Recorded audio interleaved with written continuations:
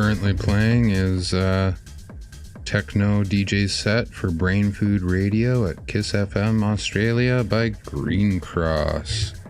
He's one of my favorite long-standing artists on DTube. I figured he's a great artist to start with highlighting.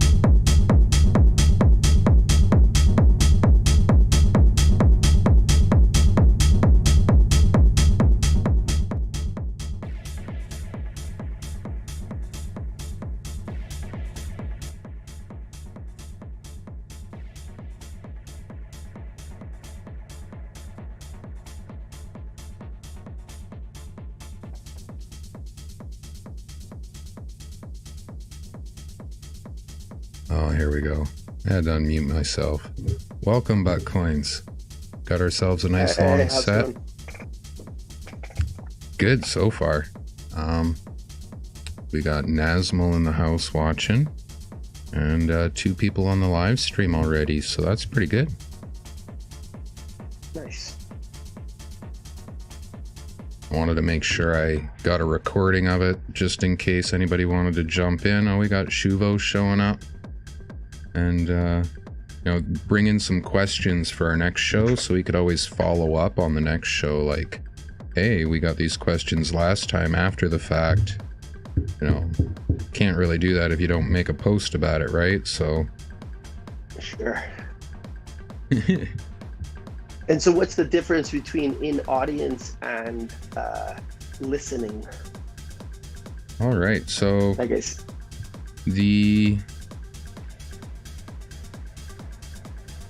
that's a good question.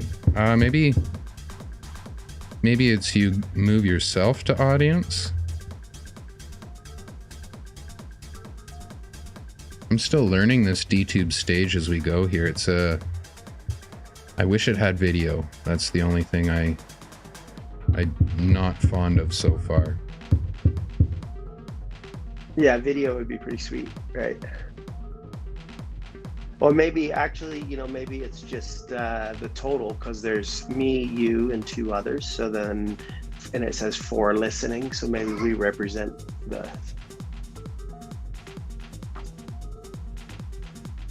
Yeah, I think you might be right with that, actually. Listening is the total, or listening is the 2. 4 is the total. Anyways. We got 4 minutes here. I'll just turn the music back up, grab myself another quick coffee, and then we'll be good to go in 4 minutes. Well, that sounds like a good idea. Coffee time. Exactly.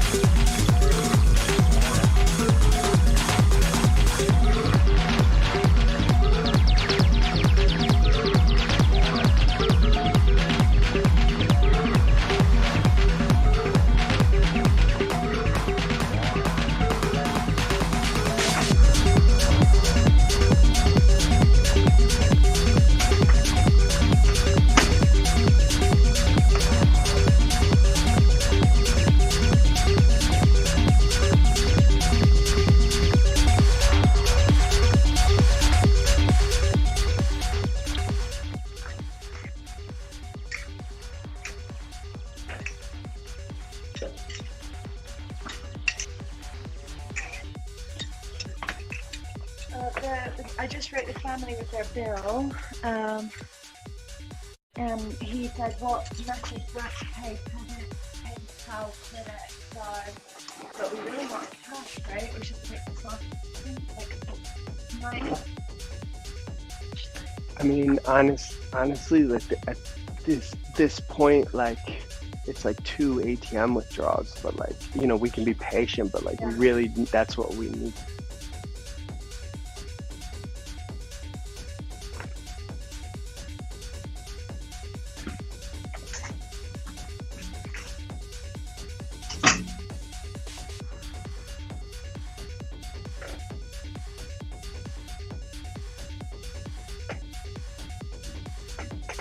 Oh, there we go. I need to unmute myself.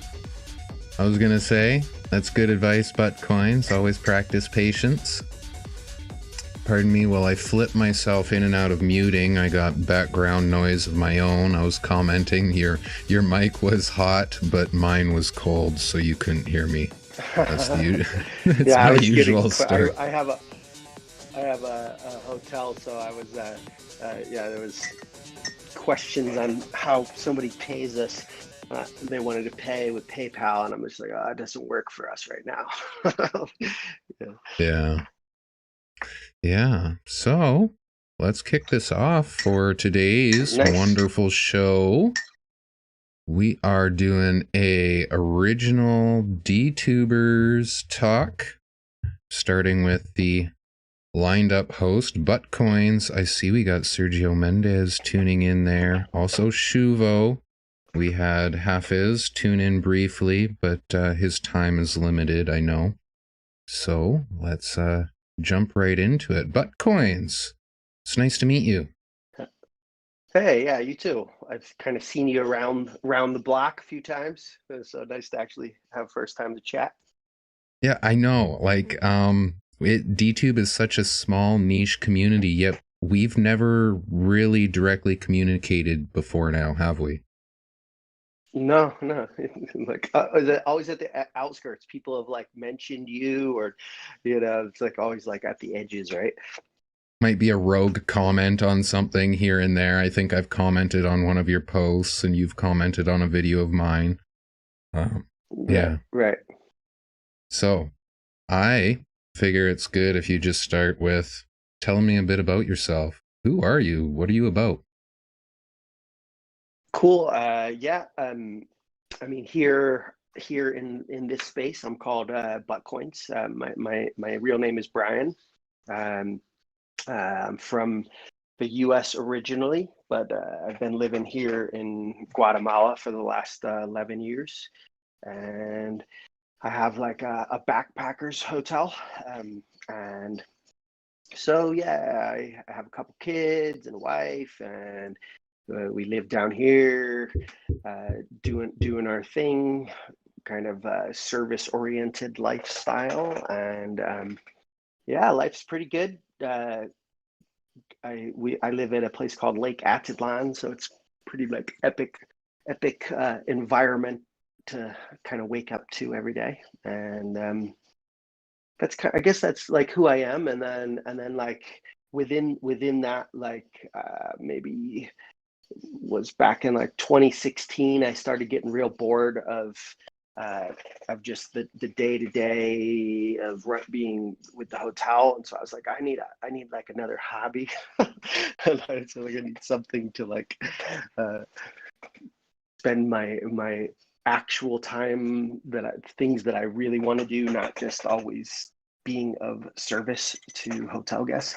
And so that's when I started dabbling in the crypto space, and one thing led to another, and I ended up starting to make these dumb little videos, and I had like fun.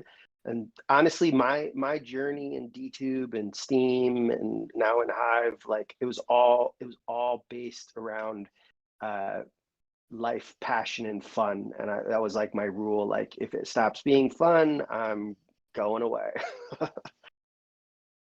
Yes, I completely relate with that, man. I totally relate with that. My journey has like been about self-discovery. So in a lot of ways you can consider that the same as fun, right? You know, like it's a journey of passion.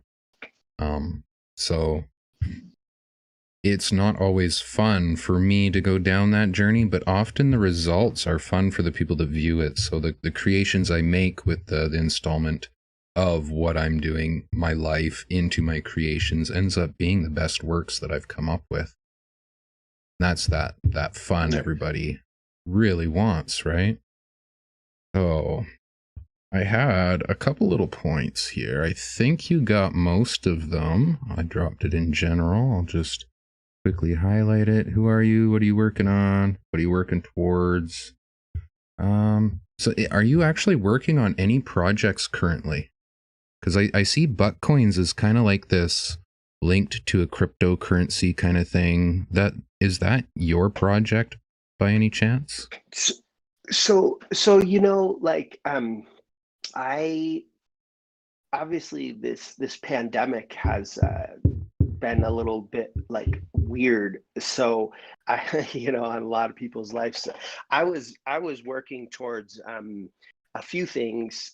Basically, I was trying to bring I was trying to create a crypto at the lake, and so it was actually called Lago, and so I was like working on a couple of factors of that. Like I wanted to like implement it first at the hostel, and kind of like have these logos be like, as people came to the reception desk, that I would say, like, or you know, whoever was working would just be like, hey, look, if you want to pay your stay with logos, like you purchase the logos, and for every 100 that you buy, we'll give you 110. So you're basically getting a 10%, and they're good for ordering food, paying for the night stay. And so I was going to use the hostel as the I guess the you know, research ground research. But I honestly, the plan was to take it to the whole lake, and then maybe to the whole country. And so, yeah, I got like a handful of the stages into the project. We got the wallet on an app, like for an app, and then I already had the logos through Steam Engine, which then was going to be switched to Hive Engine, right? And so it was going to be this like pseudo thing. Like we had our own wallet, but then every night we were going to correlate the purchases like on the Steam Engine, and whatever. So the gist of it is all of it kind of fell through, because it was a fairly like, you know, I was already a couple grand into the creation of the app and everything, and we still had like 3 or 4 stages left, and each cost me. And then you know, after COVID hit, you know, one of the worst industries to have been involved in was tourism, right? So I was like, yeah, that kind of like, put the brakes on. So we braked everything, and then yeah, and then like, so it's crazy, because it's like all of the like almost like 2 years worth of like thinking and work and concepts, like, you know. And I was like, it was all moving forward, and then COVID was like, okay, how about you have another think about that? Yeah. Yeah, that's actually, I was wondering, I saw the Lago token. I didn't know that was relative to you, actually. But it's sad that COVID kind of and the economy effects had such a terrible result on a crypto project. That's such a borderline issue that you wouldn't really think when you're building a crypto project, is the market that you're trying to build it for being influenced by a pandemic. You know, you'd think it's like, okay, we'll be secure to it. It's like, no, not quite. We got to wait for a little while for the economy to recover. Yeah, in my specific case, it was like, well, you know, tourism just dropped off the face of the earth when it first. I mean, it was crazy. We were at the hotel. We were having the biggest year we'd ever had, and the Sunday, the president of Guatemala announced the shutdown on the Sunday, and on the Monday we were 100% full, and then on the Monday we were 50% full, and on the Tuesday we were 25% full, and then there was like 5 people at the hostel on the Wednesday. it was like and we sleep like Whoa. 56 people. So it was like one of those like crypto charts when like, you know, when the coin just like tanks. It was funny. Well, I mean, you gotta kind of, geez, never really thought about that aspect of it, how quick it would have impacted the economy. I saw the people were food delivery scared end of it. shitless, right? Oh yeah, yeah. I saw the food delivery end of it where it was less fear and more, we are like an essential service. We can't actually stop. So it was a little bit of a strange situation where people were calling in sick because they didn't want to put themselves at risk doing deliveries and things like that. And then, you know, falsely claiming the COVID status and taking pay just to stay home for 2 weeks to quarantine, right? Like right off the bat, it was like 2 weeks, nobody showed up for work, even though, you know, they were or were not sick. They just didn't come in.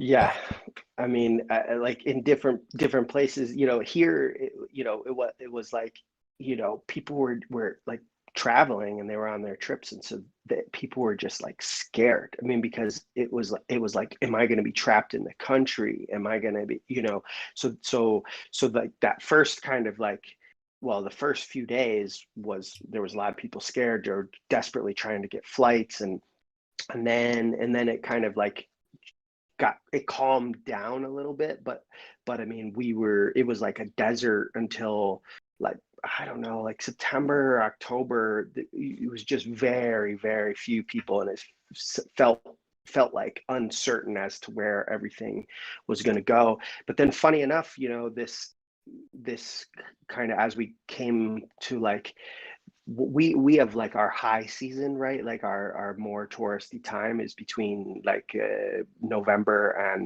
and March, maybe April, and so that was always the question, like, are people going to come? Is it going to be the same? So what I can say is that it was less. There were definitely like less travelers, but it was a completely different type of traveler, and there was still quite a few.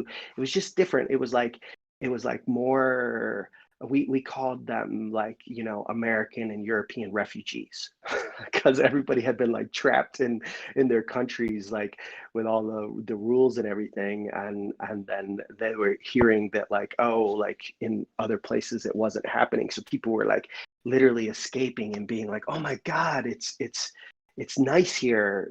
It's free. It's you know, honestly, like we live in a bubble. Like I can honestly say, in the very beginning, we wore masks and stuff like that, but nobody wears masks here. You go to the stores, you go everywhere. It's like there's a pandemic happening to the world, but then around here, other than the fact that there's less tourism, everybody is hugging. There's huge dance parties. There's it's crazy. Okay, it's just like the opposite. And so then what has happened here is like people have like kind of flocked to it, and they instead of the 3, 4, 6 day traveler that kind of bounces in and bounces out, this year it was much more like people landed and then they just didn't leave. They just stayed. They just were like here and here and here.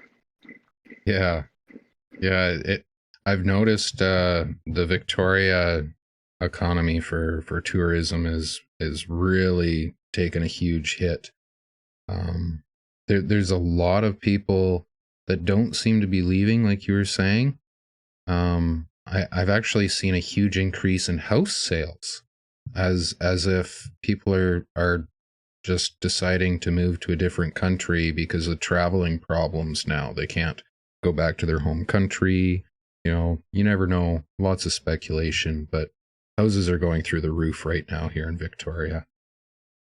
Yeah, property around the world. I think this woke everybody up to like, oh, we better have like tangible value in our life, you know, because yeah, Yeah, around here as well, it's like you would almost think like, oh, it's a pandemic, everybody like no, there's no money, there's no, but then like real estate around here has there's been more sales and more activity than in like I said, I've been here 11 years and this last year there's been more action than any other year and prices kind of like pretty much doubled. that's crazy. Yeah, and It is crazy. it, It's a really bizarre time. you're not really even a rich country per se in that sort of way, are you?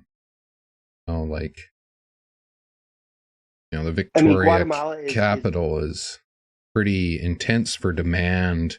There's a lot of wealth wanting property in Vancouver, Victoria, but I wonder, Guatemala isn't really on the top chart list, is it, for well, no, no, it's demand? not. But there's this thing that I mean, I don't know, you know, who's travelers out there and who's not, but like, so this thing that I noticed, like, because I've been traveling for quite a long time, and you know, back in like, you know, for like I started traveling in 1998, and in those kind of like 1998 to 2004, when you went around traveling, you everything was cheap and it was like dramatic, it was like dramatic how much cheaper it was, and it was hard to get to places, and the world was felt very like separated. And I've noticed that kind of somewhere like 2000, once we all started getting connected in Skype and Facebook, and we had more, because in the beginning I would write my parents like emails and stuff like every few weeks, right? And then it started becoming you could actually like chat pretty regularly. It was easier, and then now like honestly like everybody kind of has this mindset that like, oh, traveling it's so much like cheaper, but it really it's like everything is like equaled out. So yeah, like maybe Guatemala isn't on like the average person's radar for like investment, but like as far as like people investing and changing their lifestyles, it very much so is, you know. I mean, I think there's something in the vein of 200,000 they call it extranjeros, like foreigners that are like living in Guatemala. And so there's like these big, huge communities. I mean, like where we're at, like the town that I'm in, there's probably the population is like 4,000 people, and there's probably like 500 foreigners that have all like settled in and around this lake basin where the town that I'm in. So tons of kids, tons of like just I don't know. It's like people like switching their lifestyles and coming to a slightly different way of choice of life. I oftentimes like have said that it's like uh, it's it's like I had to leave America to get the American dream. If that makes Yeah, any sense. yeah. What we've America's kind of past that point of a super explosive growth in the economy, and opportunities kind of dwindled. Um, but yeah, that's I think that's a discussion for another time. We can move on into the next little segment Sure. I had Let's do it. lined Let's up. do it. I labeled it the grilling. It's really not much of a grilling, and you kind of partially already answered one question.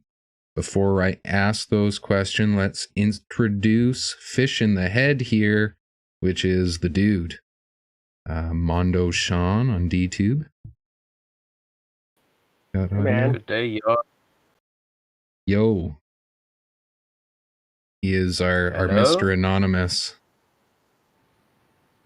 from the One Love community. He wears the mask. I've got him to come on camera a couple times now. It was a world premiere.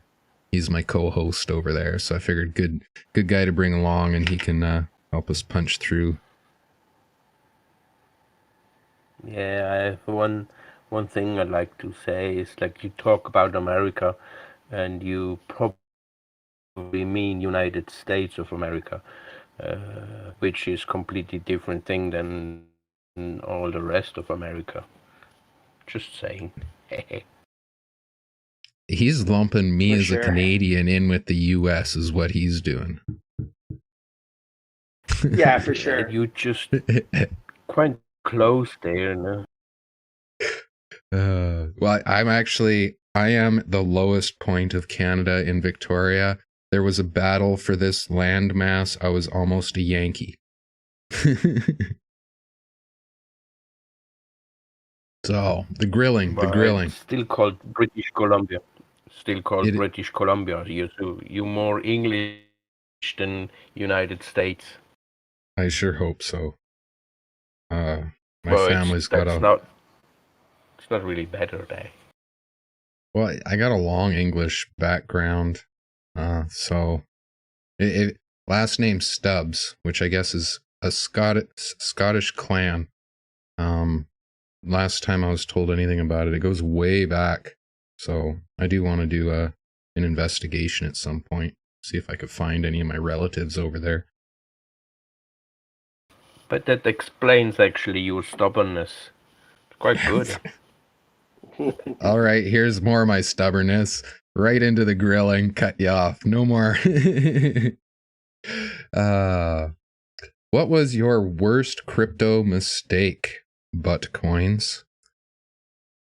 So I thought about this, and I actually have two of them, and one of them was thinking I was brilliant and going to time the market, and I had 0.6 Bitcoin, and it was like kind of in the early phases there, and I was just like so sure it was gonna go further down.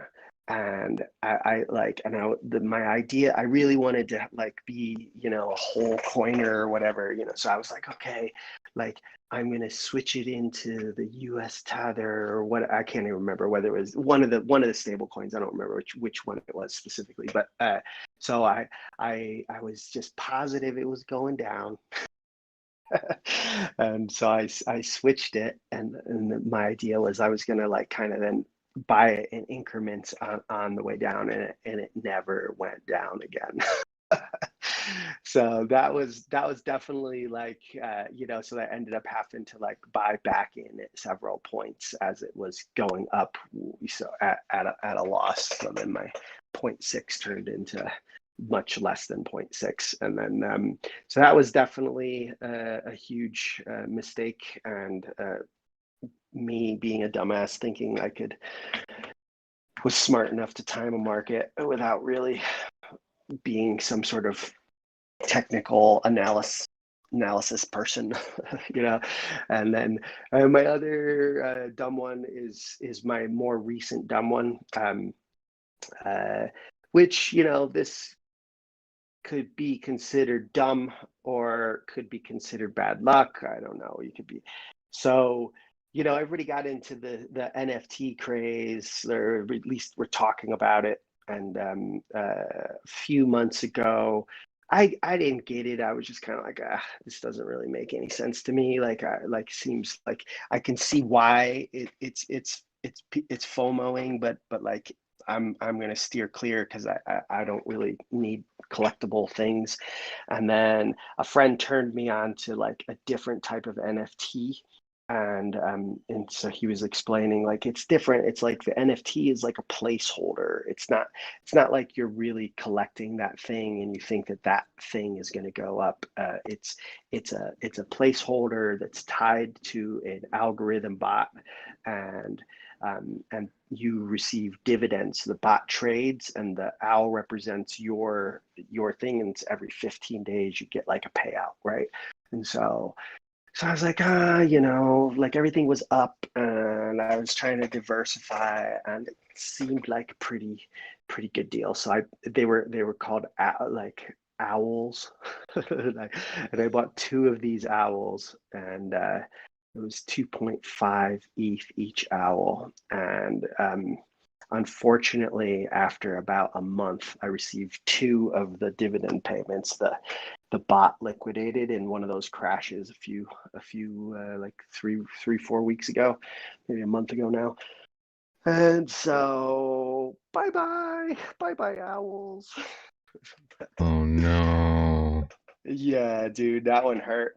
That one hurt because, then of course ETH blew up right afterwards as well. So like, what was like already a painfully big loss now is like every time I look at ETH going up, I'm like, oh my God, that's but you win some, you lose some.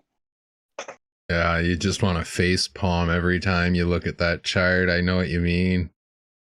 Yeah. I just Yeah, and it's one of these. Yeah, go ahead. recently stuck some ETH on the BNB chain for the DTube pairing, and directly afterwards the price skyrocketed. So I just pumped their bridge a little bit for them.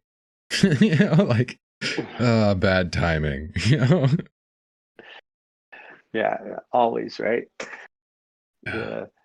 But So the sometimes you second get lucky question, and sometimes man. you don't. Yeah, go for it. There it is.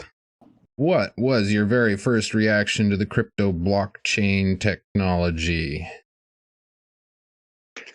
So, in a way, my reaction was my name. like I was like, what the fuck is this? Like this is like pulling money out of your ass. It's like Buttcoins. Like, I mean, no joke. That was this whole the whole name was like me. I had been like looking at like various crypto. Like I like briefly dabbled in like 2015. I was like kind of looking. I was trying to see how I would even buy, and then I had the worst advice ever given to me in 2015 by a friend. He's like, "Don't get in that. You're just gonna get burned." And I kind of like hate that guy now, but but then here we are back in like early 2017, and I was like looking at I was looking at it again, and I was thinking, I think I want to dibble dabble and just see what this is all about. And so I started listening to some podcasts, and I knew a friend that was involved, and he had another friend, and so we all got together and sat around talking, and they were a little bit more informed than me. And I literally at one point said, like, this just all feels like a bunch of butt coins. We all like had a big laugh, and butt coins just kind of stuck. so yeah, that was my initial reaction, was like, this feels shady and doesn't make a lot of sense. And then, and now I'm like full on believer. So Yeah. My name is, again, kind of same idea, Dookie, referring to the emoji that's actually named Dookie, poop emoji. I was named long before, but I find it absolutely suiting, because whenever I think about it and I want to launch a coin, I want to launch a shit coin and just have it like Dookie coin, shit coin. yeah, it's great. I haven't come up with a utility plan yet, but yeah, exactly. Maybe you could buy some TP with it or something. Universal TP coin. It could be like a coin that like rates the other coins. Like, how much shit are you? Your shit? That's 7 dookies. I give No, that that would be a doody, not a dookie. Well, that's what a dookie is, though. Because the dookie's the emoji, right? Yeah, okay. Okay. Here, my smart ass host there. So let's go to the third question. Who do you look up to, if anyone, in the crypto space?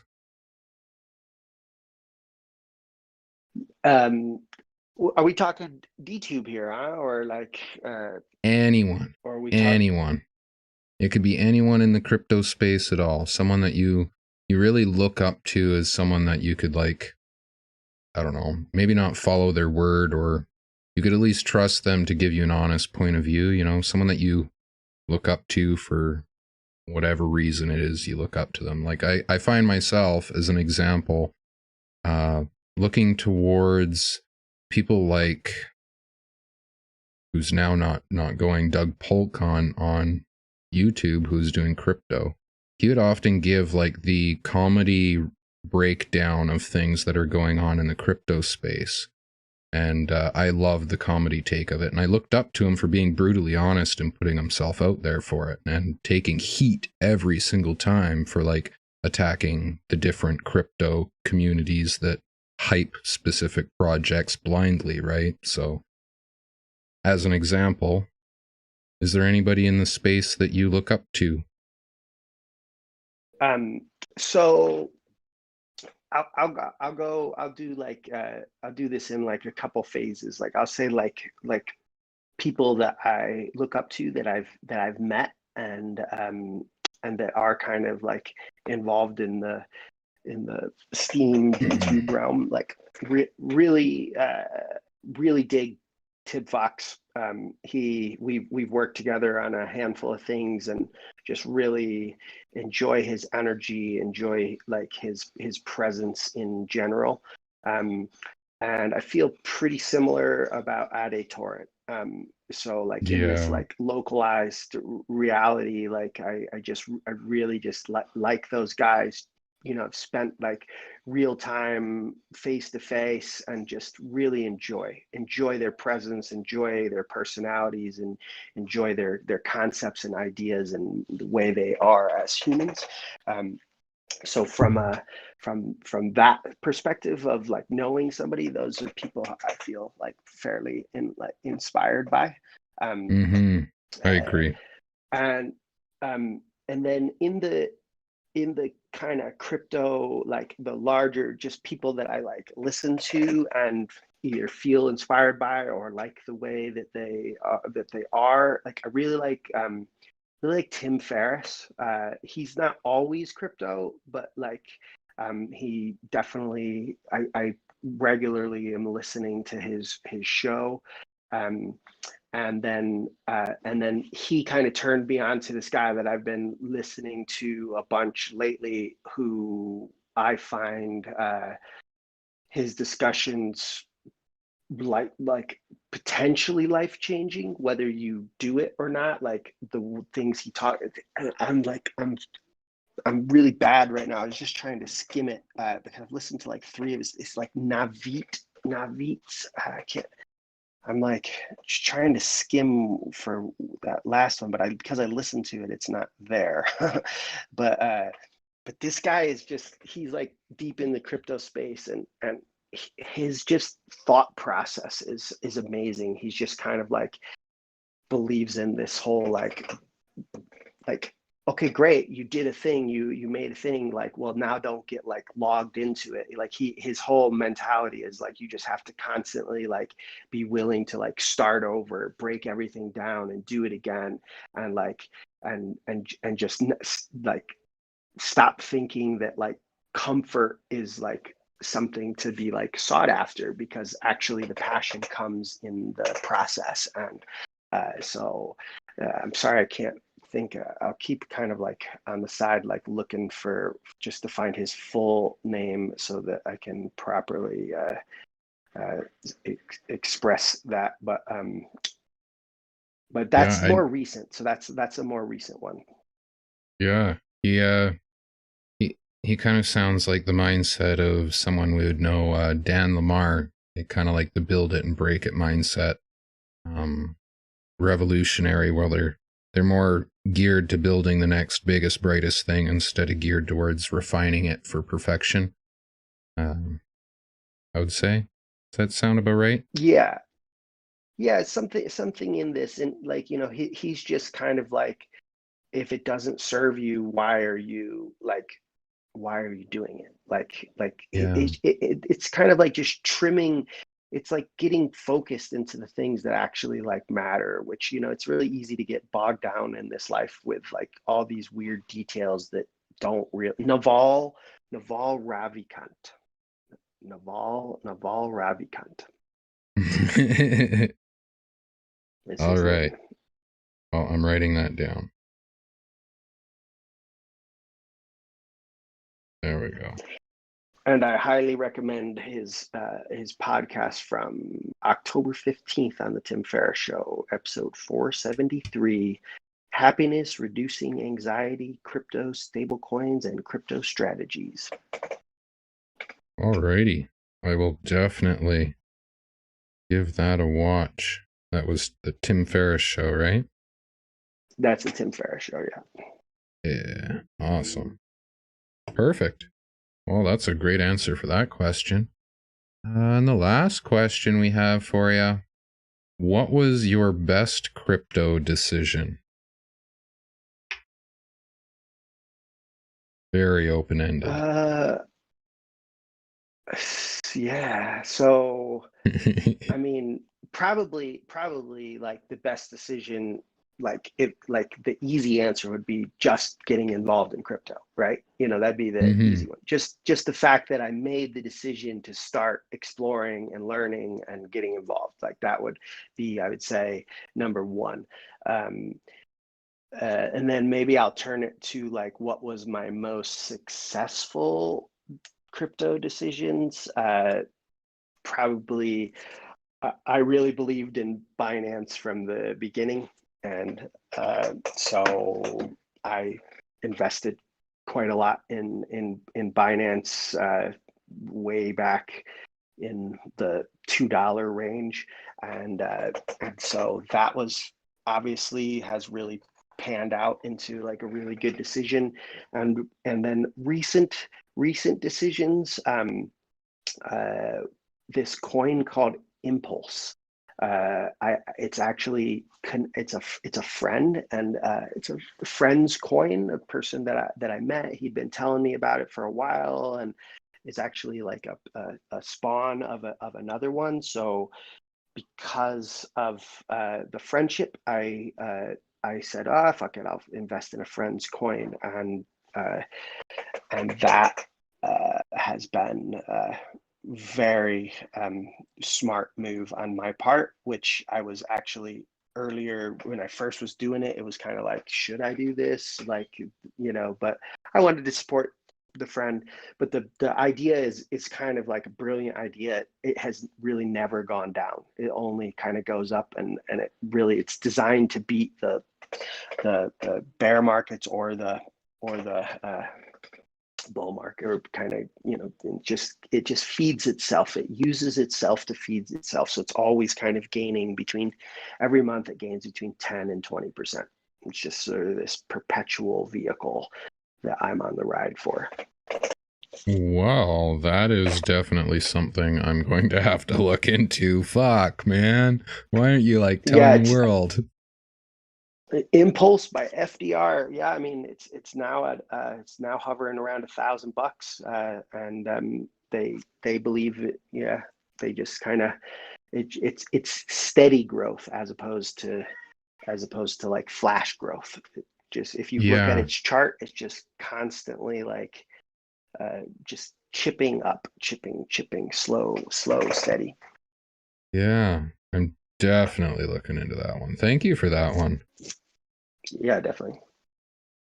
Great bit of information, and anybody watching or listening, I'll have something out on that eventually over the next couple weeks for a follow-up.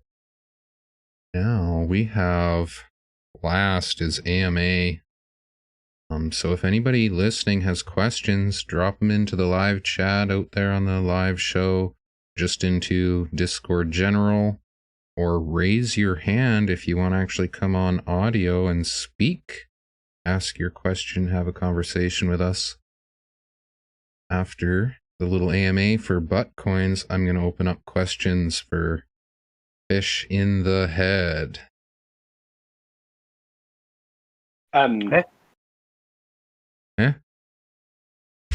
I thought somebody else was talking for a split second, but I was gonna, if nobody is asking quick now question, you had said that like I could ask a question just in Oh, general, and yes. this is like a question, an overall question, and it's like sort of like an observational question slash how do you solve it question. I think it's something that's on the anybody that's involved in DTube to an extent. Any of the original content creators, I think, would recognize it as well.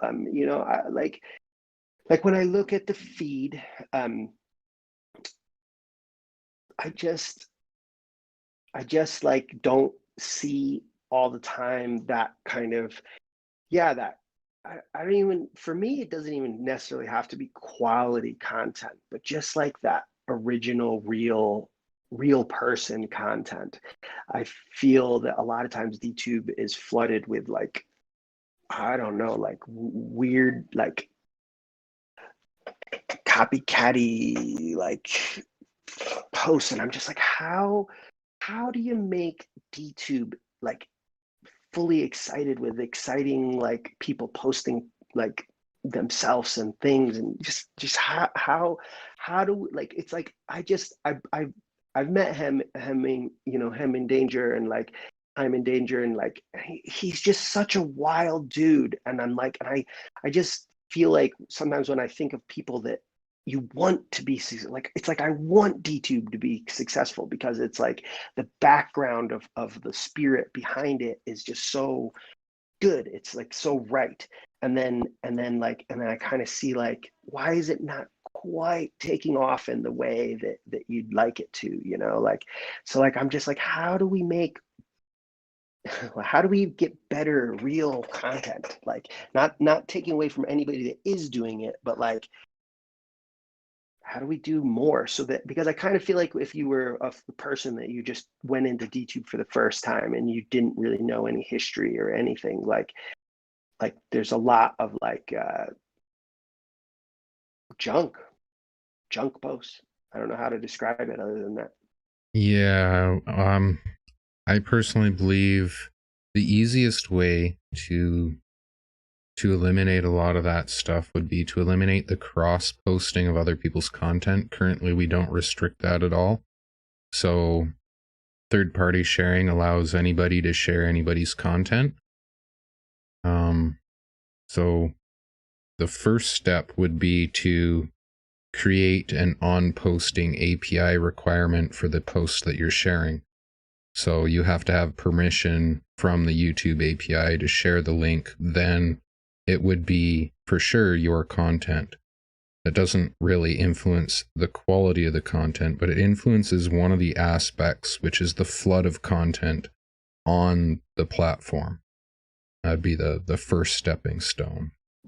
And then I believe it's actually going to require building almost like a DTube school to educate fucking, I don't mean to swear, but educate creators how to expand their content creation further, per se. What is expected, what isn't expected. There's an opportunity there where YouTube has an algorithm nobody understands. They have a school to teach people how to work with the algorithm. Well, there's an opportunity not to have an algorithm that nobody understands, and rather build a school that actually teaches the creators as they come on how to expand into whatever niche they're wanting to go into, you know, or, you know, have the ability to verify the content that they're uploading is originally theirs, which again is like a trust sort of thing.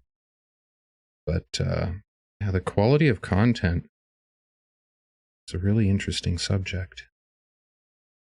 I bet you the dude would like to speak on this. Come on, dude. This one's up your alley. Yeah, I'm not sure you really want to listen to my point of view there. Well, yeah, it's What could we do? What could we do to help influence the vast majority of the content to be better consumed? patient.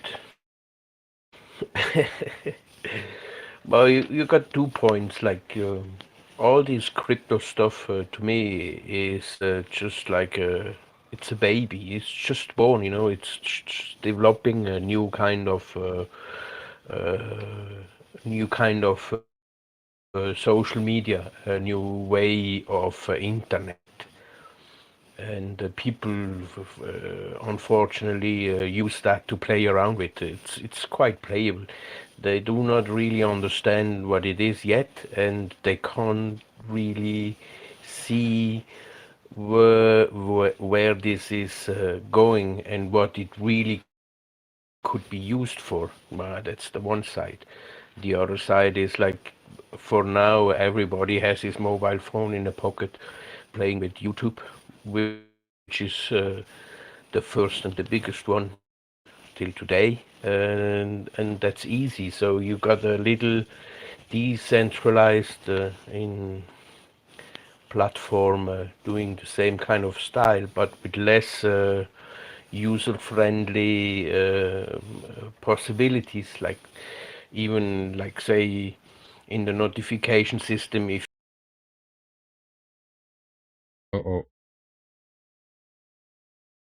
you can see the notification, but you can't see to which post. You have to remember on which video you had this commented and where the notifications coming from. So that's quite complicated. It's not really. It's brute. It's raw. And YouTube is smooth and fine. And I guess that's one of the reasons people don't really come over to DTube. They need to create account. They need to know about keys and keep the keys. Lots of stuff. It's like the same thing with Steam and Hive in the Steam in the beginning. It's complicated to bring people over because the process is complicated. So for sure you have, because of that, in my opinion, all the guys doing silly video games, short, whatever, tries, put them on YouTube, and then I think, oh, come on, we just copy, click, and paste that onto DTube. Maybe we get some sense out of that. So time will filter that out, and time will bring more people over to DTube. In my opinion, definitely. It's just Yeah. it's just we need to have a smoother front end, a smoother place. It must be user friendly, and DTube is not too user friendly yet. I know that people are working on that, and they're really interested in that. Well, hopefully they're really interested in that, because the future will be decentralization. The future will be IPFS. That's the other point. Like, people don't understand yet how to use a decentralized system, because it's really to, if I observe it from far away, it's just like a baby's growing and people playing around with to see where are the limits, like a child. You need to find the limits to understand what you can do with. And That's a great way of putting it. We have not actually discovered our limits in any means yet. not at all, but it's if I remember all the discussions we had about where we should go, how do we do build a new test net, the change of the front end, how can you make it more user friendly? We just scratched the surface on that one, in my opinion, definitely. Yeah, for sure.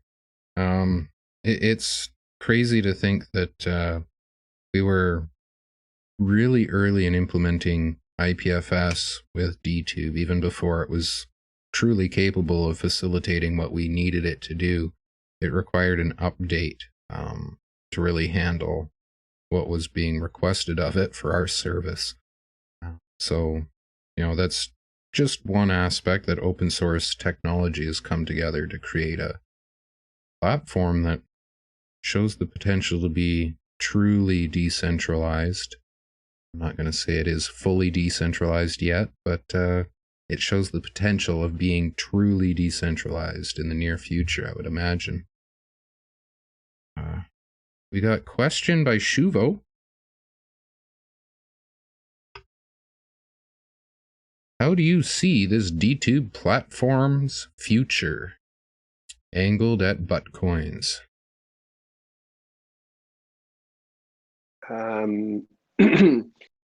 Well, I think if there was like a nice strong look, I'll go back to saying fun again. If like, and I don't know what the fully scene is over on One Love DTube, but I joined DTube.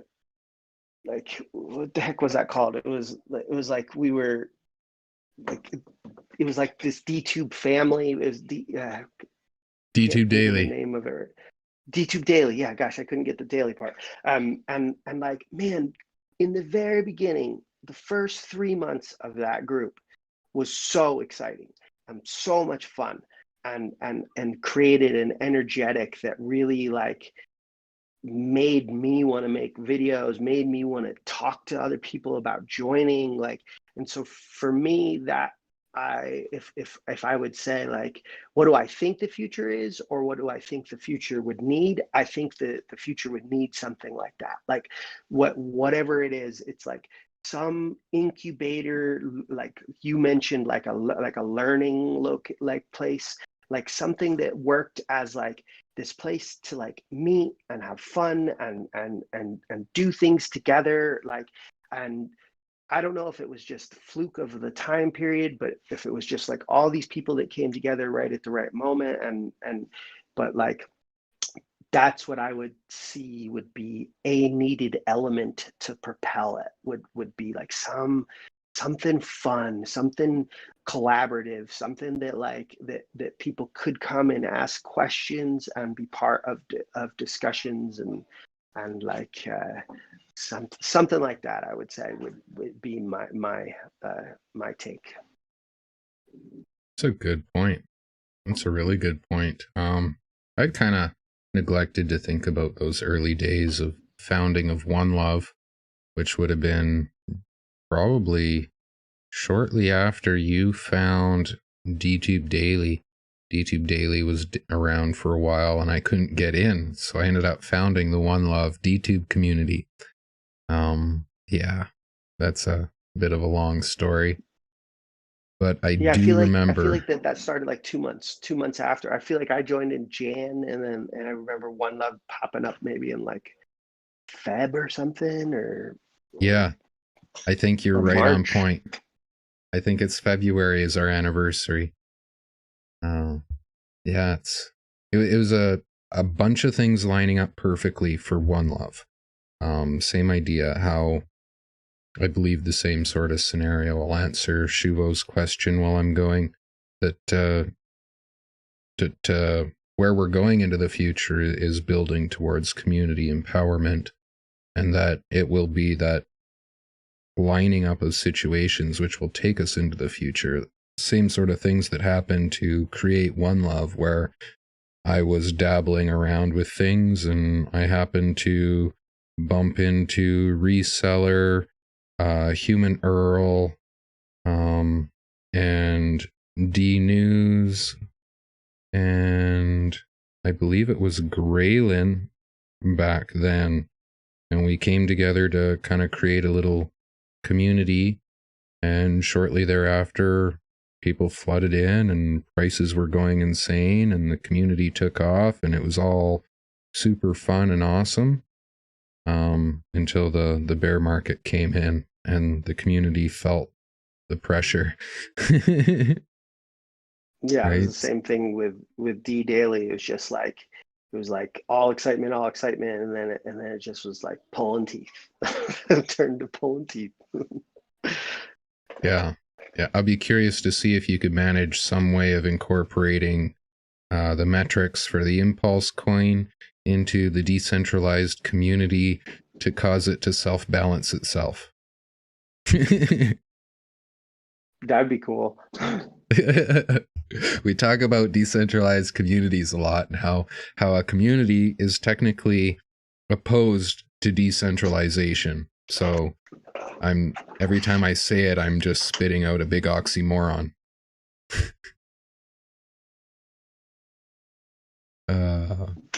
So Sergio Mendez talking DTube Daily were the good times. Yeah, you guys were rocking it. I remember you guys. You were just pounding out the videos, and I was super jealous actually for a long time of how tight knit you guys were, and but I could thank you. You brought forward some of the best aspects of what I've done through just the competition. Not being able to get into DTube Daily, as I didn't deserve to be. Like, I was not a video creator at that point. I wouldn't have accepted me as like a video creator. I was pushing some pretty crappy video. But yeah, that was what inspired me. It was like, you're like, no, you can't come in. You're not good enough for us. You got to improve. I was like, okay, well, I'm going to go do my own thing. And look at me now. We're hosting DTube live show. So thank you, Sergio Mendez. Yeah, it's funny. Like I like wasn't really involved with like how people got let in, but I remember it like being like like I actually remember like discussions or talk about like what type of group, like almost like an invite or like accepted in or like let anybody in. So Yeah. like, and I remember when we like, I actually remember like one love, like the amount of people that were in one love was like going up like crazy. And then there would be like discussions in D Daily, like, look how fast that's growing. And then this was the discussion. Is it better to have like completely open, anybody can join, or is it better to have like tight knit, like close connections and like sort of almost not exclusive, I don't think that was the word used, but like more like dedicated or something like that. And I mean, but I think in the end, it really didn't matter what direction. They both were their own like niches. And then the truth is like the bear market kind of ripped at, at both energies, no matter which energy you were, like. Yeah. It really ripped apart, and then the Steam Hive fork on top of it, timing of so many different little things. We had quite a few little DTube upsets leading up to the Steam Hive fork after a big long bear market, and everything was recovering and we were having trouble. So, that was, oh God, communities and crypto, man. What a battle. I am. Well, it's fickle, Yeah. it's like people are fickle and like I mean, I felt like I was pretty dedicated, but I will like wholeheartedly admit the Hive Steam split really changed my vision towards it. It's not, and I'm not going to knock on either. I'm not here to do that, but I had invested a lot of personal passion energy into Steam and DTube, and when that split happened, it stopped making me want to give that passion energy, right? And Yeah. I'm not here to blame anybody, but it's just the truth of what happened internally inside of me. Well, I think a lot of people will relate with you on that one. I know I do myself. Yeah. I agree to that, absolutely. It's not to rag on anybody, but it really did drain a lot of energy out of the collective of people that we had available to us. You know, but to move on to a positive note, how about we did happen to maintain above ICO prices, majority of the price since mainnet launch here on DTube. So even though we were faced with all those troubles and community was shook, there is enough belief in what we have that we didn't completely tank right after the mainnet launch, which there was some fear going around, right?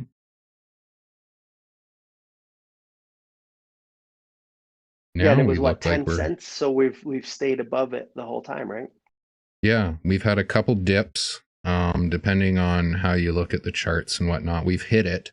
I think we've dipped below it briefly, but we've stayed on average, you know, at double. Right now we're a little bit below, but geez, I'm pretty stoked with my position. I'm encouraging my family to try get involved. I'll put it that way. You know, like, I believe in what's going on here enough that I'm trying to encourage them to get involved. But, you know, like dude said, that barrier of entry and most people wanting nothing to do with anything that requires thought, it gets a little bit complicated. My family's simple-minded here. I'm the techie one. You got a lot of hand holding, a lot of like Yeah. hand holding, and people being like, "Let go of my hand." Yeah, well, that's just it. And I'm like, you're not ready to go on your own yet. Here, you still need a hand. You need a hand still. I'm quite impressed with today's turnout here, guys. Welcome everybody. We got Preanarch, Dark Angel, Team Humble, Nanel. Did not expect you to show up, Nanel. Thank you very much. Angelica, who was chatting in general there. Frank Ches, I think I said that right. And Glow Calver, Hafizuela from the One Love community, our wonderful, wonderful man from the other side of the planet, Mangoish, and Samaya. Welcome. If any of you want to chat in, just raise your hand. I'll open it up to the floor for you. If not, I'm going to start asking dude some questions. I already know his answers pretty well, but it's always good to hear the answer from the man. Okay. I need to run some errands. See you in a second. That was the answer I expected.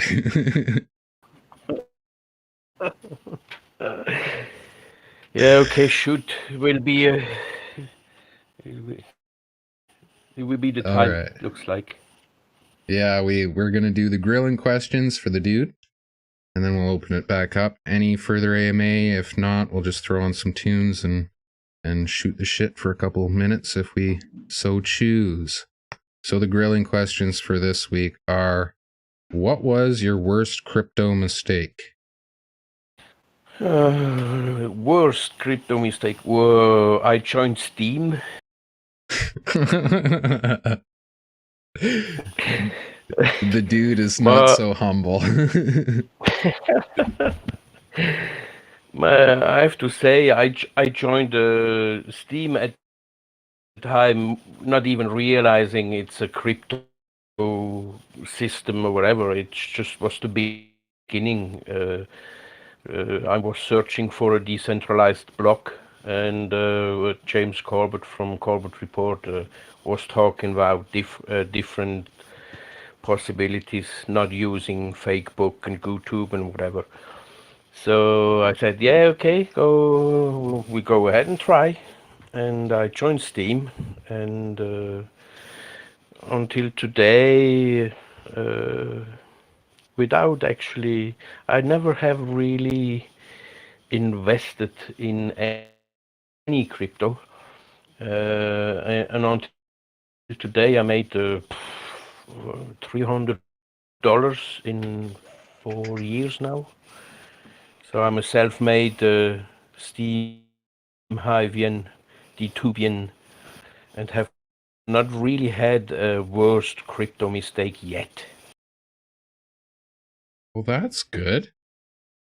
So your mistake is not investing in it when you had the opportunity? Is that what I'm hearing? Well, probably I would have made already lots of mistakes in crypto space if I would have some money. But since my lifestyle is a little different and I'm not really connected with banks and money, I am not really able to do mistakes. So, and the stuff I earned and in the years now, it's still around. It's just moved from one crypto to another crypto coin. Yeah, that's you have the earner's mindset. You and I share that one a little bit, where for the most part, what I have put in is already paid out. So I've had an ROI, and I'm working on completely, on my earnings now, and I don't really see the same losses as mistakes, more like a lesson learned. But Well, to me, I actually couldn't even really care because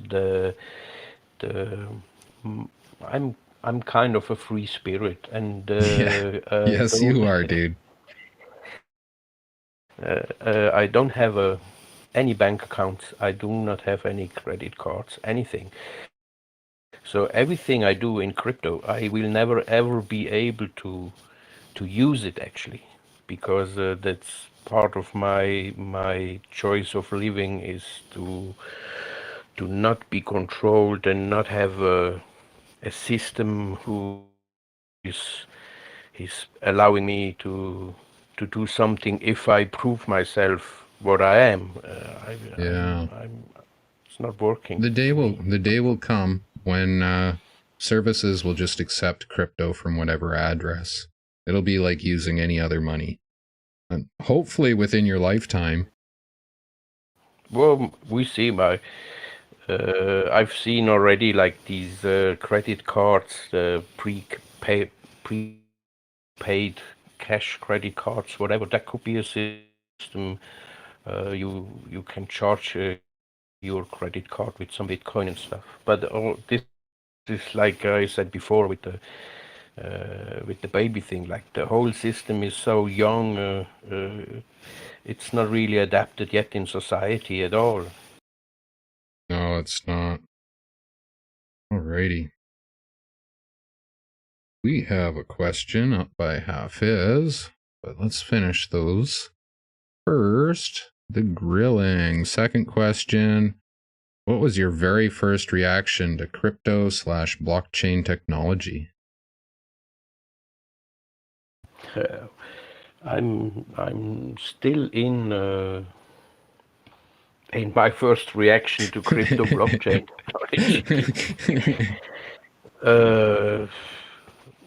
The moment I realized that Steam or Steemit, I know it's Steam, that Steam is a cryptocurrency, I was like, what? How do I handle that, and how does that work? And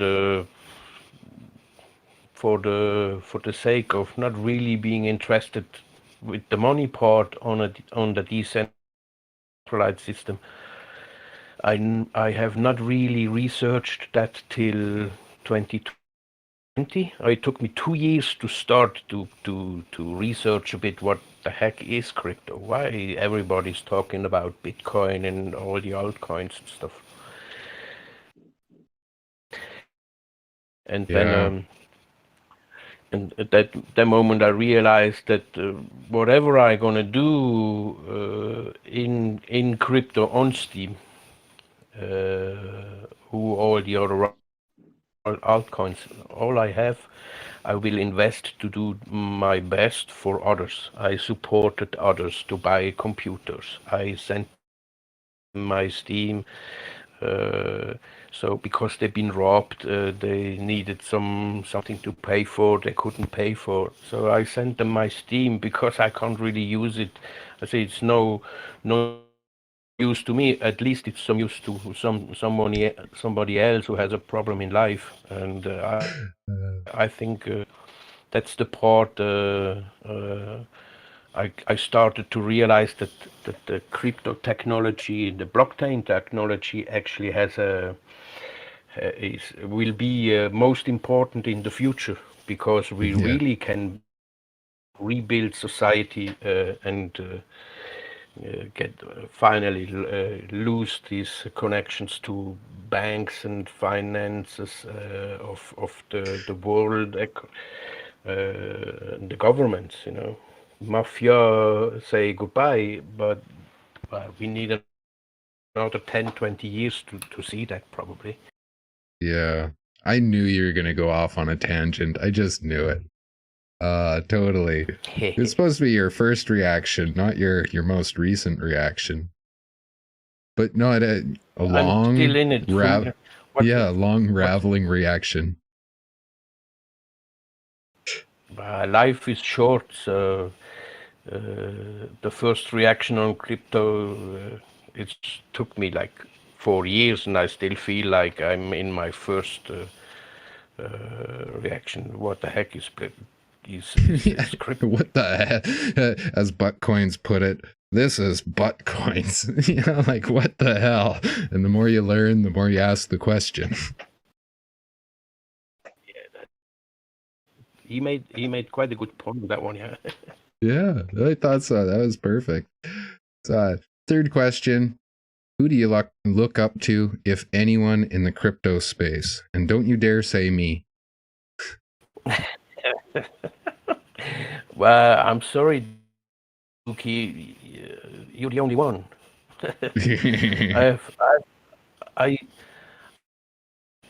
But in seriousness, I do not look up on other people, neither down. I can't.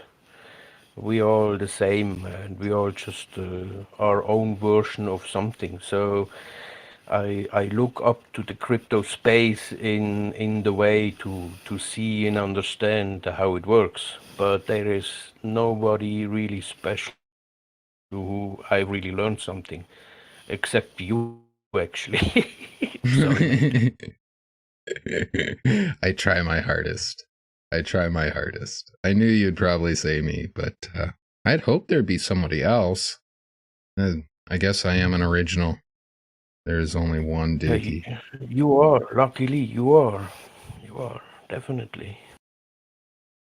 The last question, and then we'll move on to Hafiz's question. What was your best crypto decision?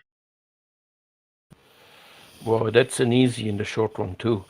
After all what went down with Steam and Hive and DTube, and me nearly losing the motivation to even start these applications and visit these sites, I had the one day on Kana it was actually where I met you, and where I met this idea of the One Love community.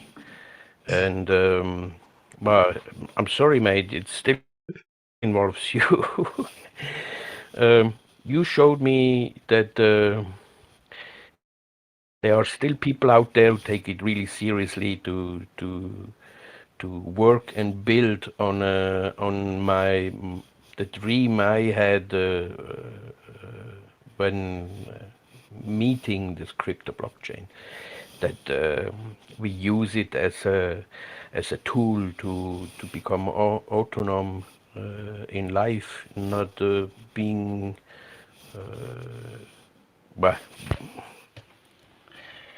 Coming back to your question, what the best crypto decision was, it's that I sold all my Steam. I couldn't handle anymore all this back and forth on all the both sides, and I was close to sell all the Hive and all the Steam, and invest it all into DTube.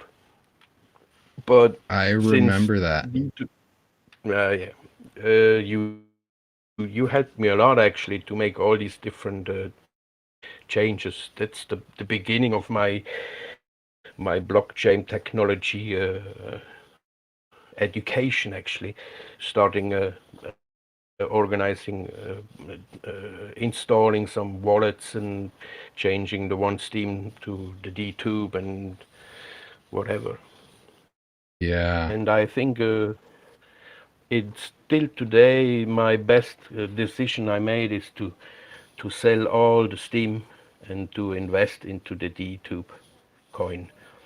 I'm glad you did. That's for sure. Well, mean, I see the folks I met here. I met in the One Love community, like TechCode, Rex, Bristit, and everybody.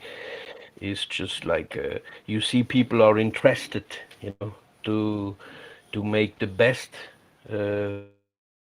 possible outcome for uh, for application and the community to be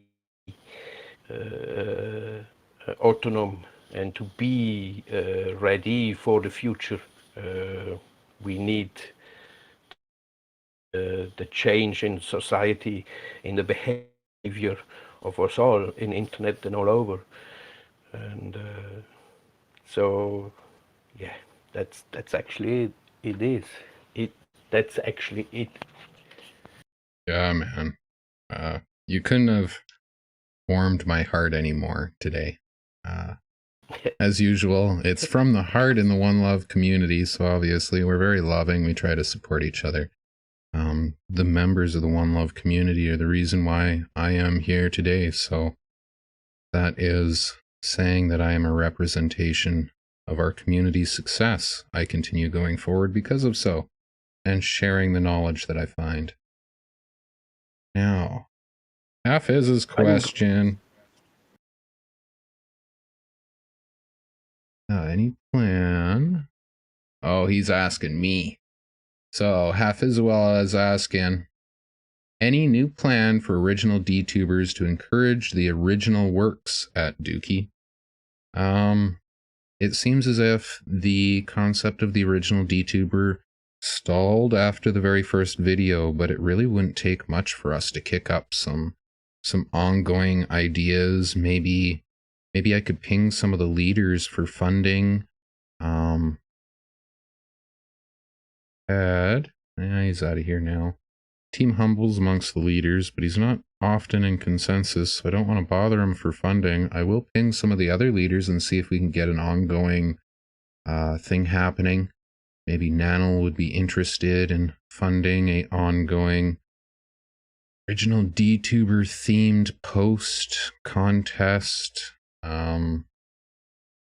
Really anything would be good to continue on with that. Good idea. Thank you for bringing that up, Hafiz. Don't forget, guys, I just dropped an airdrop in the bot channel. Link is in general to go into the bot channel. Just got to smash the reaction to claim that. It's some whale saying thank you, everybody, for joining us. Got a total of 13 here today. Hey, perfect. Duke 13 with 13 in the house. Lucky number. It's Friday, isn't it? Alrighty, so now the full open house AMA, guys. If you want to talk, you just got to raise your hand. Come on and introduce yourself. Figure I'll open it up for everybody. Anybody got anything you want to talk about or say? It's been a pretty good show so far. Thank you, Buttcoins, for joining me again. Yeah, thanks for inviting me. Yeah, it's been nice to reconnect with everybody, and yeah, I think we've got 13 people now, but really there was even more. It was more like probably 18 or 19 with all the pop-ins and pop-outs, you know. Yeah, too bad we don't have some way of logging that. It'd be interesting to see how many actually showed up.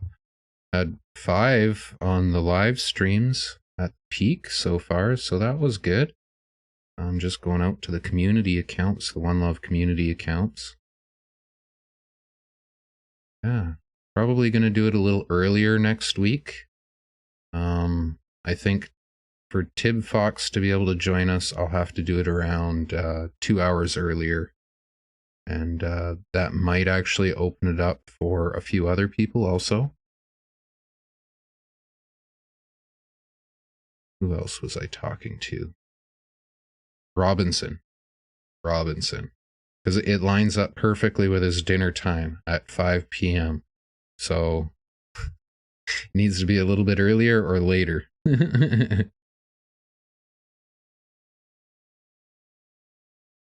And that's the Europe time. You're like, these are like Europe to Yeah.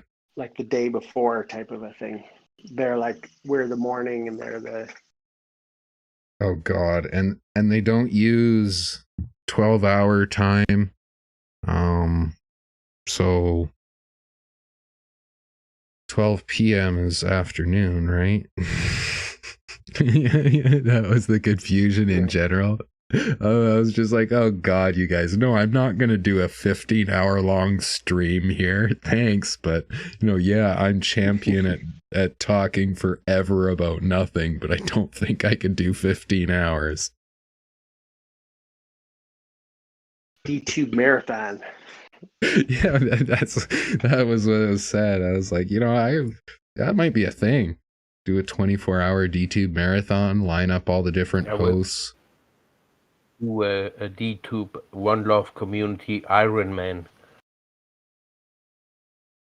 1 week, 7 days, 24 hours. Talk until you drop. And you're not allowed to leave for kitchen or toilet. So install yourself. Oh God. Oh no. Much like, yeah, no mics off. Yeah, this just took a real turn for the worst here. We got Glow Calver saying goodbye. Thank you for joining us. Said she'd come back next time. Pretty sure that was the lady. I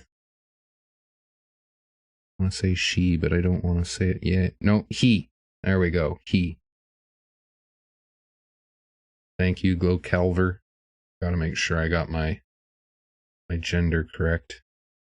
Man, does that get confusing? I'm so old school, I still battle with this gender neutrality thing. Like, why is that so hard to get your head around sometimes? Wrong terminology. Yeah, I just steer clear. I try, but like I start all my videos and I keep catching myself. I tried to change my intro to "What up, my peeps," so it was gender neutral. And it was actually something that was brought to my attention when I was founding the One Love community, because I always said, "What up, guys?" And most of the members that I was active with that were watching my videos were women. So they actually said, like, it feels like you're not talking to us, even though we're the ones that are involved with your content. I was like, okay, so I started saying peeps, and it was gender neutral. Weird little sort of evolution of content, but I find myself like falling back to "what up, guys," and saying, hey guys.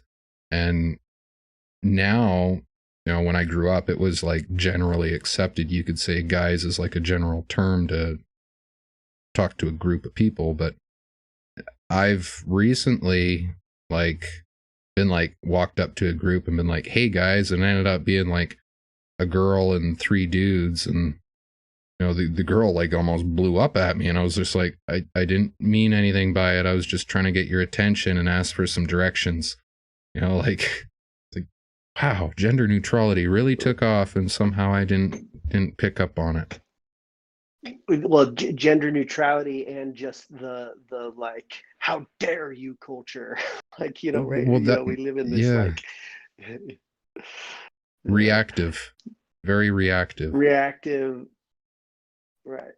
Everybody's taking their sides, and backs go up so quick these days. I try to steer clear of it. I tend to say folks how you folks doing? 'Cause that That's makes a me good sound one. I'm writing that down. It's actually something I've actively been battling with, trying to find a word that my brain will stick with. So if you hear me say folks in upcoming videos, you could give credit to Buttcoins. I'm a complex individual with lots of problems, and I enjoy talking about them. Well, On that note, this is the year of mental problems, right? So join the club. I did a Oh, video on that subject. I'm thankful that I discovered my therapeutic outlet in creativity when I did 3 years ago, and managed to see some good of the space before everything went crazy in the real world. Because it's been through the creative outlet that I have, getting, at one point, literally living off of my crypto rewards when I was out of employment for a period there. So, not only am I mentally stable and prepared to handle this stressful situation, but I'm also financially prepared. And I wasn't preparing for that intentionally, but that's what happened. That's huge. It's a hard message to try translate in a nice, easy package. Like how your current cryptocurrency project is kind of like on a standstill, right? But it still has that massive potential to really change lives in the real world. Yeah, it's interesting how the COVID has played into it all so much. I mean, well, for me, it was one thing that I've always come back to with crypto, or a thing that I've talked about a lot, is just like, well, while it is a digital thing, like, how do you touch it? How do you make it real? How does it like I often said things like, well, when it's real when you can buy a red Slurpee in 7-Eleven, or what, some pointless thing. That's when crypto really becomes like real. Like right now, it's like kind of play money in this thing, and then you got to find like ways to get it out. But like for me, it's like how I'm always seeking for ways to have it touch, I guess, humanity. Like how does it really touch people, as opposed to just this like concept on the computer with numbers passing behind it. Yeah. What I have an idea that most people think is relevant to like the hype and whatnot, but I believe swag, like anything you could buy with cryptocurrency ends up being that connection point, gives you something physical you could touch. And depending on how the market's actually set up, it could potentially benefit the market to be used in that circular fashion to earn said crypto from dividend and buy merchandise with said crypto. Self-balancing market, so you could say. But that tends to be the thing that I think is driving like the as you were saying, the aspect of giving people something they can physically hold, versus numbers behind a screen. Like, as I did a skit, a DTube leader skit, it was what a DTube leader is being like. I grab coffee and I go and up to the microphone, I drip my coffee, turn on the screens, and then the blocks go by and I do the blockchain dance. And it's like just calling out the blocks as they go by. Block, my block, do a little dance. And it's like, that's basically blockchain and what people would think of when they're thinking of it. And take it from that into like a physical product where, as an example, you have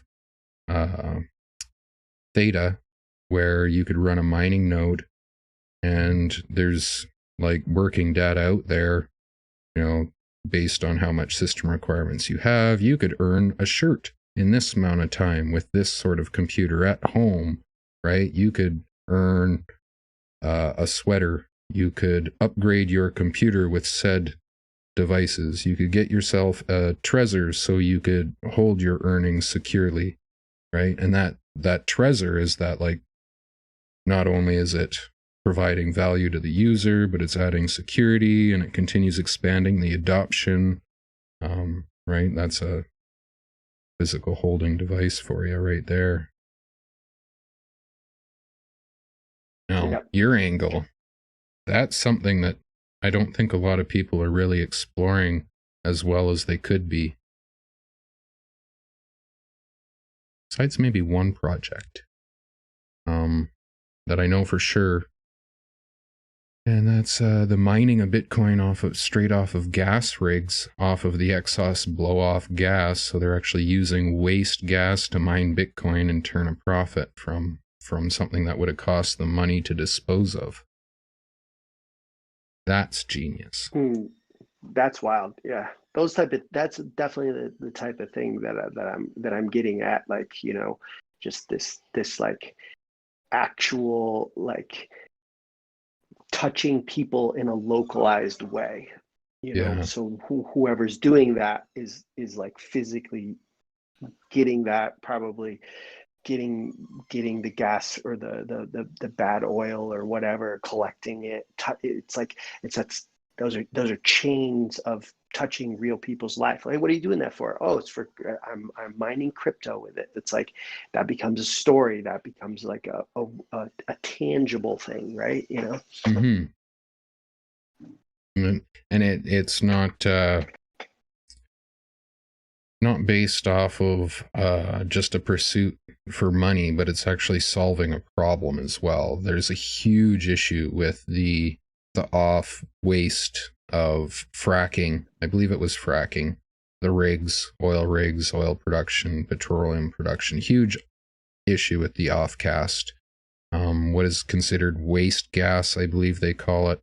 And it costs the money to get rid of it. So as I understand it, the mining rig actually turns what is a cost and an environmental potential hazard into a more sustainable system, and actually provides to the cryptocurrency network, right? And in a like nearly indefinite power supply potential. So as much of a warehouse as you could build on site to power whatever you want to do, it's there readily available.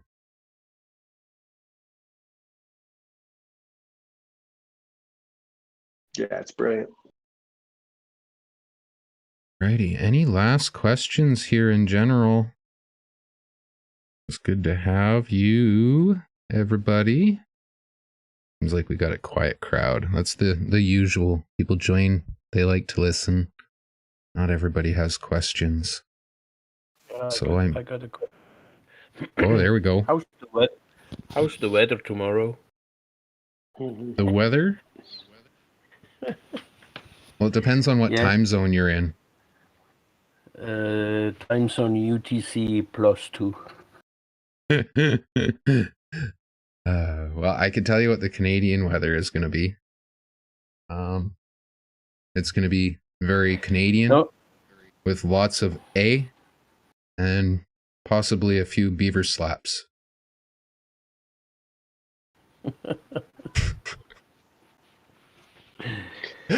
Yeah, it'll be sunny in the morning and rainy in the afternoon here in Guate. Yeah. That's the season we're in. We're not far behind you. Seems we got a chill though, man. That winter chill just hasn't disappeared yet. At night it comes in and it's not freezing anymore, but my plants aren't happy, that's for sure. Come on, summer. That's right. I think we'll call it here for today. Hour and a half long DTuber, original DTuber talk for this time around. Don't forget, there's an airdrop in the bot channel for everybody that joins in. The official DTube Discord. Today's guest was Buttcoins and the dude. Proud to meet you. Actually get a first time to talk with you, Buttcoins. Yeah, it was great. I really appreciate you inviting me in, and loved having the chat and seeing what's going on and shaking in the DTube universe. For sure. Hopefully we can get you in another one upcoming. And I imagine the dude will be following me around. He's my right-hand man. That's me on Anonymous with a beard.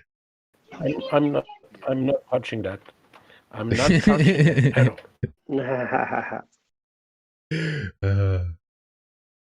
We have a love-hate relationship. Yeah. Oh, yeah. But hopefully here, spring is really starting to kick in. It's quite chilly outside with wind from Siberia and lots of rain and stuff. Like I'd like to go out. So the more the spring kicks in, the less you're gonna see not see my face.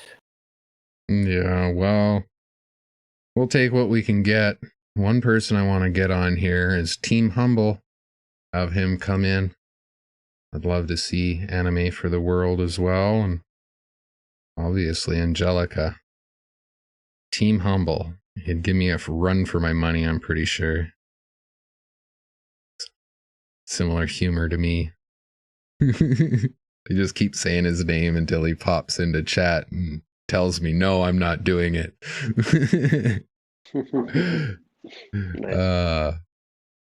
Yeah, it'll be good. On that note, I think we'll call it here, guys. Great chat. I've had a ton of fun, but I'm at my standing limit with my current recovery from surgery. Hopefully next week I'll be able to run for 2 hours, and that'll be the average time frame I plan to stream for, about 2 hours. Give lots of room for anybody wanting to join in late, talk. Always remember, you want to enter the conversation, just got to raise your hand. So Anime for the World, if you're listening, you didn't hear this before, you're just joining us. If you want to come on briefly and say hi before we sign out, you could raise your hand. Same with you, Frank Chiz and Angelica. Don't raise your hand. Don't raise your hand. Tu vas pas faire tes conneries là, mec. There's a little button. When you click it, it'll send a request. There we go. And then you'll pop up just like that. And then I click this invite to speak. And I think it'll send a reverse confirm. And there he is. Yep. No. Salut. Hey, everyone. Hey, buddy. You Too bad you didn't make it a little bit earlier, eh? Yeah, I know. Been testing my scooter out. Yeah, also. How's the scooter doing? Did you see the picture? Did you see? Yeah, it looks pretty sweet. All metal. No plastic. Well, that's still good. light. Don't hit anything this time. Yeah. Or rather, I hope nothing hits me. Like last time. Still. Ever tell you the story about the deer I hit or it hit me? Oh, nope. That's for another time. Stop teasing. Maybe next time. Next stream next week, 7 a.m. I'm planning on kicking it off. I imagine that's way too early for you to get back from work and join us, though. I don't know. 7 a.m. must be like 5, 6 here, something. No, a little bit earlier. Yeah, probably working. All right. Well, I'll have to make sure to remember to tell this story for you to tune in and watch when you get a chance then. Right. So 7 a.m. That's 2 hours earlier than now. But yeah, that means 2 hours 16 earlier next week. 1600 in Europe. 4 heures. Ah, 4 heures, Après-midi. ouais. Hein. Là, je travaille, c'est sûr. As I finish at 5 in Brussels. Mm-hmm. Oh, yeah. Well. I'll be like 2 hours later. Well, you might catch the tail end. Yep. Alrighty. If Well, I get home at time. what can you tell us Right. about yourself in 30 seconds or less before we clock out here? Me? Yeah. Self-introduction. Alright, so I'm Keft. Just call me by my artist name. I'm a video editor and I love anime. And also art style music. So that's the short version. And I combine those and I make edits out of it. When did you discover DTube for us? About a year ago. Almost. At the end of the testnet. Yeah. Say it like that. Oh, good. Well, I'm sure from what I've seen of your channel, anybody looking for the anime hard style will enjoy what you put together. It's definitely highly edited. I can't wait for you to finish up our intro video. Yeah. We gotta follow up with that project. Yep. Still have to. Can be so much better. Yeah. Yeah. How far are you with all this NFT stuff, like on Love, DTube, on NFT showroom? I haven't finished the application yet. I did mine. I haven't heard back, but I'm pretty sure I'll get approved. I think once I get approved, then the One Love community will only be a short amount of time after. They take a little bit of time to run through the applications manually.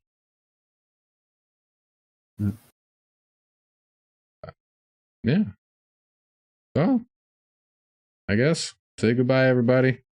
We'll call it here before we give too much dead air. All right. We'll see you guys. Peace, Yo, guys. Pleasure. Thanks a lot. See ya.